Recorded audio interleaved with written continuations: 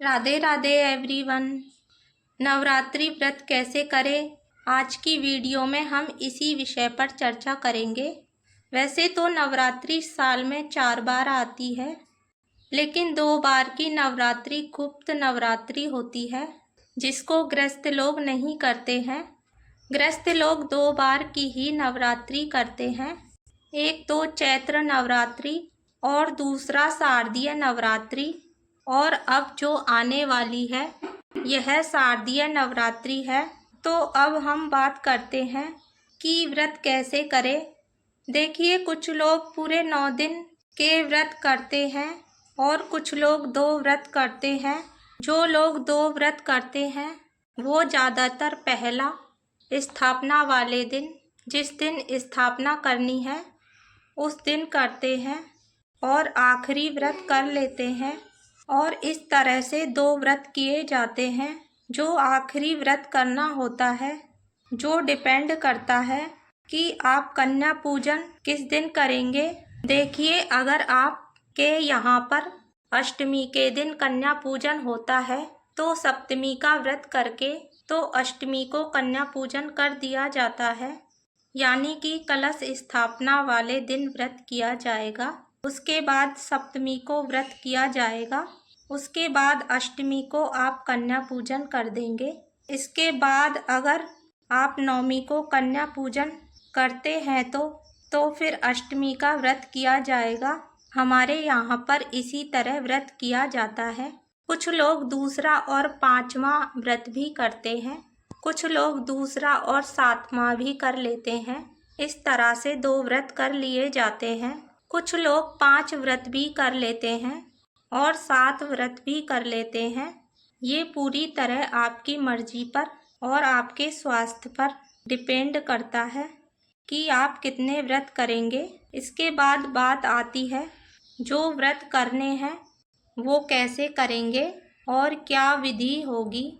Friends, इसके बाद बात आती है हमें व्रत में क्या खाना है, क्या नहीं खाना है। तो फ्रेंड, व्रत 3 तरह से किए जाते हैं। नवरात्रि के पहले वो तरीका होता है व्रत करने का। नवरात्रि में 2 व्रत, 5 या 7, जितने भी आप व्रत करोगे उतने ही दिन आपको अन्न का सेवन बिल्कुल भी नहीं करना है। फलाहार पर ही ये व्रत किए जाते हैं। फलाहार में आप कुट्टू के आटे का बना रोटी या हलवा खा सकते हैं, या साबूदाना खा सकते हैं, या कोई भी फल खा सकते हैं। साथ में ही आप डेयरी प्रोडक्ट जैसे दूध से बनी हुई कोई भी चीज़ खा सकते हैं। इसके साथ ही जो व्रत होते हैं एक टाइम भोजन के होते हैं। कुछ लोग नवरात्रि के व्रत करते हैं, नवरात्रि के दिन फलाहार करते हैं, यानी कि कुछ लोग फल खा लेते हैं, कुछ लोग नहीं खाते हैं, वो एक समय भोजन कर लेते हैं। कुछ इस तरह से व्रत करते हैं। इसके साथ ही जो सबसे कठिन व्रत होता है वो जो तीसरा तरीका होता है, उसमें पूरे दिन लौंग और इलायची खाई जाती है। कुछ लोग 1-1 जोड़ा लौंग और इलायची का खा लेते हैं, कुछ लोग 2 जोड़ा लौंग और इलायची का खा लेते हैं। तो इस तरह से व्रत करते हैं। ज़्यादातर वही लोग करते हैं जो लोग लौंग और इलायची के व्रत, जो लोग मन्नत मांगते हैं। ये व्रत सबसे कठिन होते हैं।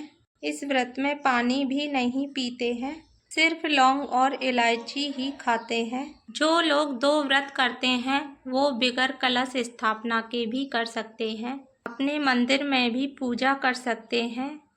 जैसे मैंने बताया वैसी ही विधि से कर सकते हैं। माता रानी की स्थापना कर लेंगे, उसके बाद पूजा करके व्रत कर लेंगे। इसके साथ ही जो लोग 9 व्रत करते हैं वो लोग कलश स्थापना करते हैं, ज्वारे उगाते हैं और फिर पूजा करते हैं और फिर व्रत करते हैं। फ्रेंड्स, जिस दिन आपका व्रत होगा कलश स्थापना वाले दिन चौकी लगाकर माता रानी की स्थापना की जाती है। कुछ लोग नवग्रह की स्थापना भी करते हैं। पूजा करने के बाद वो लोग दिन में फलाहार करते हैं, नमक का सेवन बिल्कुल नहीं करते हैं। जो नॉर्मल नमक होता है बिल्कुल खाना नहीं होता है, सेंधा नमक खाना होता है। और जो लोग एक समय भोजन करते हैं उनको बिना प्याज लहसुन का भोजन खाना होता है। जो भोग प्रसाद आपने माता रानी को चढ़ाया है वो किसी कन्या को जरूर खिलाएं। जैसे आपने फ्रूट चढ़ाए हैं, ड्राई फ्रूट चढ़ाए हैं, पंचमेवे चढ़ाए हैं, पतासे चढ़ाए हैं, कोशिश करें कि आप कन्या को प्रसाद जरूर दें। इसके साथ साथ 9 कन्याओं को जिमाना होता है। तो फ्रेंड्स, ये थी नवरात्रि व्रत के विषय में जानकारी जो मैंने आपको दी है। अगर ये विधि आपको पसंद आई है तो मेरे चैनल माधव किशोरी को सब्सक्राइब करें। जय माता दी।